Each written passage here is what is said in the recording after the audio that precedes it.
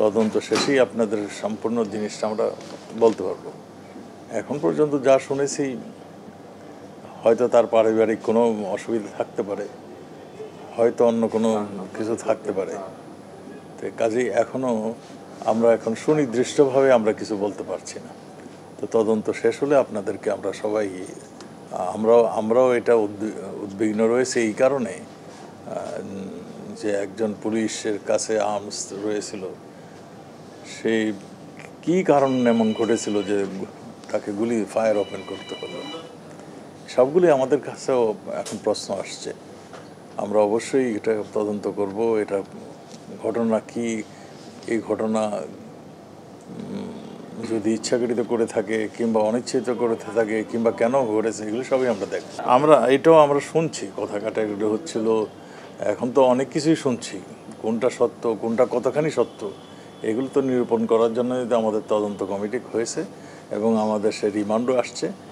আমরা শুনতেছি তো কথা কাটাকাটি হয়েছে, আমরা শুনতেছি তার পারিবারিক ঝামেলাও কিছু রয়েছিল, কোনটা কতখানি সেটা আমরা নিরূপণ করেই আপনাদেরকে জানাবো। দেখুন, আইনশৃঙ্খলা বাহিনী তো আইনশৃঙ্খলা রক্ষা করার জন্যই, তাদের কাছে অস্ত্র থাকে যে তারা যদি এইরকম কোনো সিচুয়েশনে পড়ে, তারা যদি অ্যাটাক হয় কিংবা কারোর প্রতি যদি দেখে এরকম অতর্কিত হামলা চলছে, তখন তাকে সেভ করার দায়িত্বটা আইনশৃঙ্খলা বাহিনীর উপরে থাকে। সেই জন্যই তাকে অস্ত্র দেওয়া হয়।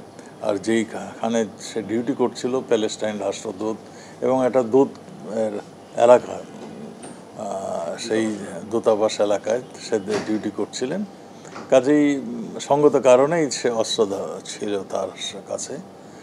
তো আমি আগেই বলেছি যে কী কারণে তাকে ফায়ার ওপেন করতে হলো আমরা এটা অনুসন্ধান না করে আমরা এটা বলতে পারছি না। তো আমাদের অনেক কিছুই প্রশ্ন এখন সামনে আসছে, আমরা সবগুলি উত্তর যাচাই করে এটা আমরা ব্যবস্থা করব। আমি তো সেটাই বললাম, আপনাদের সেটাই বললাম যে আমরা এর মূল মোটিভটা এবং এই ধরনের ঘটনা যাতে না ঘটতে পারে তার জন্য কী করণীয় সবগুলি নিয়ে আমরা বসে এটা দেখব যে আমাদের কোনো জায়গায় আমাদের গাফিলতি ছিল কিনা সেটাও আমরা দেখব, সব কিছুই দেখব। আমরা এখনো বলতে পারি, আমি এইটা তো বলতে পারবো না, একটা তদন্ত হওয়ার পরেই রিপোর্ট পাবো। আমি তো আগেও বলেছি যে এই ধরনের যাতে ঘটনাটি না ঘটে সেই জন্যই আমাদের তদন্তটা দরকার, আমাদের আরও ইনফরমেশন দরকার যে কেন এই ধরনের ঘটনা ঘটলো। এই ধরনের ঘটনা যাতে না ঘটতে পারে সেগুলো আমাদের এখন আমাদের চিন্তার বিষয় আসছে। থ্যাংক ইউ, আমার মনে হয় এনাফ।